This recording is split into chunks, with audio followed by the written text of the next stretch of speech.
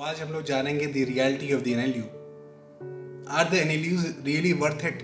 मतलब जो उनकी इमेज है, जो सोसाइटी में है overall, are really standing to mark? मतलब उसके लिए इतनी मेहनत, इतना टाइम लगाना वर्थ इट है फॉर द लॉ, जो कि ऐसी फील्ड है, जो कि हमेशा से ऐसी फील्ड रही है कि जिसके ट्रेडिशनल इंस्टीट्यूट्स ही का ही दबदबा रहा है।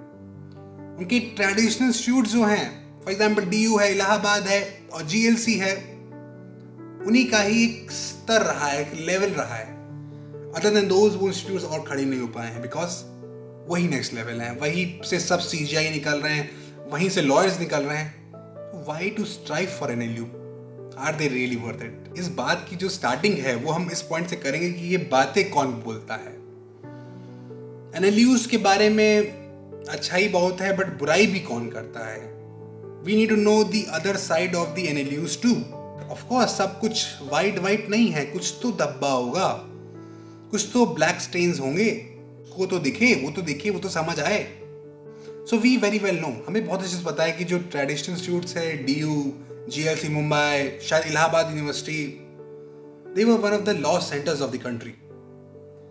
ये वो कॉलेजेस हैं जहां से बहुत सारे जस्टिस निकले हैं, लॉयर्स निकले हैं, top lawyers, CJIs, CJ of the high courts, country को बहुत अच्छे अच्छे जूरिस दिए हैं।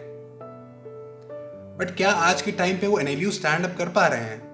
With these bare eyes, without these nuts. हमको सोचना पड़ेगा। हमको सामने दिखता भी समझ आएगा जब हमको दिखेगा कि 50 साल बाद क्या हो रहा है, बिकॉज तब हम लोग एनएलयू से खासकर रोल दिखेगा, because NLUs are probably very new institutions. तो उनका रोल शायद 30, 40, 50 साल बाद दिखेगा जब वो स्टूडेंट्स कुछ अच्छा कर रहे होंगे in their life. But what you get in the NLU? So NLU का जो क्लैट का एग्जाम है वो अपने में ही नेक्स्ट लेवल एग्जाम है। वो एग्जाम है, वो राहुल को एक नेक्स्ट लेवल राहुल बना देगा। अब समझ पा रहे हो? वो जो राहुल भाई साहब है ना, जिन्होंने क्लैट एग्जाम को दिया है, उन्होंने उसके लिए जितना पढ़ा है वो राहुल को बनाता है, ना कि सिर्फ एनएलयू ही राहुल को बनाने वाला है। सो कई एनएलयूज में आप जाएंगे कि बहुत अच्छे प्रोफेसर भी नहीं मिलेंगे। मैं नाम नहीं लूंगा एनएलयूज का, बट आई हैव हर्ड कि सम कुछ एनएलयूज हैं जहाँ पे टीचर्स भी बहुत अच्छे नहीं है, फैकल्टी स्टाफ भी बहुत अच्छा नहीं है, जो आप कंपेयर नहीं कर सकते बहुत सारे कॉलेजेस से।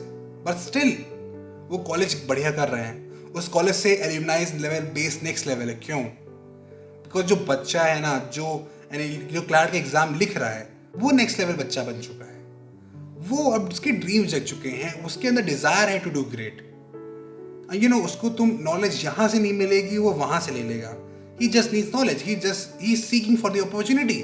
उसको अपॉर्चुनिटी चाहिए, वो ले लेगा कहीं से भी। तो ये जो माइंडसेट है ना, ये जो स्टूडेंट्स का बन जाता है after cracking CLAT, because of that वो सारे स्टूडेंट्स एक इंस्टीट्यूशन में रहते हैं, तो इंस्टीट्यूशन अपने आप ग्रो करता है। आप अपॉर्चुनिटी नहीं भी देंगे, वो अपॉर्चुनिटी क्रिएट कर लेंगे। मैं सबकी बात नहीं करता हूं, but that's what the max students do.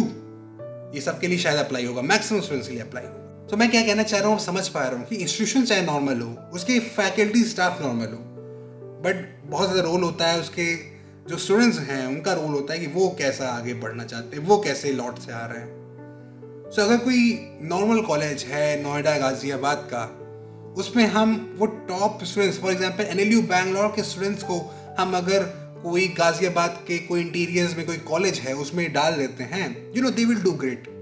जब एक शेर को जब एक ब्लड लग जाता है ह्यूमन का, तो उसको आदमखोर बोलते हैं, ह्यूमन ईटर, तो समझ सकते हैं वो स्टूडेंट है। So that's a beautiful thing. वो एक कल्चर, वो एक इन्वायरमेंट बनाता है आपके कॉलेज का। मैं यहाँ बैठा हूँ, मैं नॉर्मल बच्चों के बीच में हूँ। मैं अगर ऐसे बच्चों के बीच में बैठा हूँ जहाँ जो नेक्स्ट लेवल सोच के रहे हैं, जो कुछ और करना चाह रहे हैं, जो कुछ नेक्स्ट लेवल स्टैंड लेना चाह रहे हैं, वो आपको हमेशा मोटिवेट करेगा, वो आपको आगे बढ़ाएंगे, आप बढ़ोगे। सो मैंने हमेशा एग्जांपल देता हूँ कि मुंबई की ट्रेन में घुसना है, so what you have to do, आपको उस मुंबई ट्रेन में भीड़ में खड़े हो जाना है। वो भीड़ आपको अपने आप धक्का दे के अंदर घुसेड़ देगा, बिकॉज उनको भी ट्रेन के अंदर जाना है। से इम्पोर्टेंट क्या होगा कि वो बढ़िया लॉर्ड के बीच में रहे, वो बढ़िया ग्रुप के बीच में मुझे रहना है। उसके लिए क्या करना होगा? ये बढ़िया सा क्लैट के एग्जाम को निकालना होगा। सो इन दिस पॉइंट अगर इन्वायरमेंट कल्चर की बात करेंगे तो एनएलयू थोड़ा सा ऊपर स्टैंड करता है। Now if you compare some of the top private colleges with NLUs, तब मैटर अच्छा खासा फंसता है, because there are many private colleges जो नेक्स्ट लेवल प्लेसमेंट्स दे रहे हैं, जो शायद कुछ NLU से अच्छा प्लेसमेंट दे रहे हैं। जैसे आपको पता होगा Jindal global law school, symbiosis Pune, ये वो कॉलेजेस हैं जो लॉ के एपिटोम पे हैं, मतलब जो NLUs को भी टक्कर दे रहे हैं। तो आप समझ पा रहे हैं कि वो क्यों हो रहा है, because of the faculty, because of the staff, because of the curriculum, because of the opportunity that they are giving. तो जो सिम्बायोसिस पुणे है, जो JGLS है, उनका भी लॉट बहुत अच्छा है। मैं नहीं बोला उनका लॉट खराब है, बट बिकॉज ऑफ दैट वो सब चीज़ों की वजह से भी बहुत वो ग्रो करते हैं। So it's not just NLU, सिर्फ NLUs ही टॉप इंस्टीट्यूट नहीं है, बट NLUs कुछ अफोर्डेबल है, बहुत सारे अनअफोर्डेबल भी हैं। So like one of my student from the mentorship programme, so he cracked NLU Mumbai, but वो फीस नहीं पे कर सकता था for NLU Mumbai, so he have to leave NLU Mumbai and join his local university. तो समझ पा रहे हैं कि ये भी एक बड़ा फैक्टर है कि बहुत सारे लोग छोड़ जाते हैं। Are really worth it? Yes, please consider the fees of the NLUs too. NLUs की फीस को भी एक बार ज़रूर देख लें, बिकॉज उसकी फीस लैक्स एंड लैक्स में और कंपेयर टू प्राइवेट कॉलेजेस के बराबर हो जाती हैं। So it's of course it's a state university, it's a government university, but तब भी फंड्स और सब पे डिपेंड करता है कि वो यूनिवर्सिटी कितना फीस ले रही है। एट द एंड कोई इंस्टीट्यूशन ऐसा नहीं है जो हमेशा में न्यूमरो उनो हो, जो 100% सक्सेस रेट हो। There can't be any institution जो Harvard, Oxford, law school, any नहीं होता है, नहीं हो सकता है। इफ यू थिंक चरसी, ड्रगिस्ट, स्मैकी आपको NLUs में मिलेंगे, IITs में मिलेंगे, टॉप इंस्टीट्यूशन में दुनिया भर में मिलेंगे। पर इंपॉर्टेंट क्या है कि अच्छे लोग कितने हैं, जो नेक्स्ट लेवल काम करना चाहते हैं उनकी संख्या कितनी है, ये इंपॉर्टेंट होता है। भाई जो मेहनत नहीं करेगा, आप क्लैट के बाद भी वहाँ जाके कुछ नहीं कर रहे हैं, सो एट द एंड आप भी गड्ढे में जा रहे हैं, कुछ नहीं हो सकता है, आप सब बराबर हो। और जो बच्चा एक नॉर्मल कॉलेज गया है, ही हैज़ दैट ड्रीम, तो वो वहाँ से भी बहुत बड़े बड़े काम कर सकता है जो NLU वाला नहीं कर सकता। वो सारे NLUs को, सारे law school of the world को पिछाड़ सकता है। तो इंपॉर्टेंट क्या है, वो सारी डिज़ायर कब तक जिंदा है? क्या क्लैट तक जिंदा थी, आगे जिंदा नहीं है? अगर वो आगे भी अलाइव है आपके अंदर, you will do great in life. So I hope you got the point कि NLUs are really worth it हैं, मेहनत करेंगे आप पाएंगे। बट ऑफ कोर्स NLUs के अलावा भी बहुत चीज़ें हैं जो आप वो कर सकते हैं। अभी आपका पहला टारगेट होना चाहिए कि आप NLUs को पाएं। NLU that is CLAT exam को क्रैक करें, उसके लिए मेहनत करें, बिकॉज दैट मेहनत जो आप करने वाले हैं, आप क्लैट एग्जाम से जो मेहनत करने वाले हैं ना, वो आपको उठाएगी, ना कि सिर्फ NLU आपको उठाने वाला है। आप समझ आ रहे हैं?